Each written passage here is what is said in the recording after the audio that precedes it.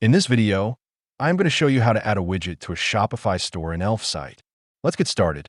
To install an Elfsight widget on your Shopify store, go to your Elfsight dashboard and make sure your widget is already created and published. Once it's ready, copy the installation code provided by Elfsight.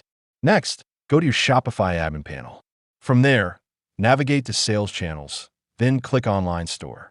After that, click Edit Theme to open the theme editor. Inside the visual editor, the home page will usually open by default. If you want to place the widget on a different page, use the drop-down menu at the top to select the correct page. To add the widget, click Add Section. From the list of available sections, choose Custom Liquid. This section allows you to paste external embed code into your Shopify store. Once the Custom Liquid block appears, paste your Elfsight widget installation code into the field.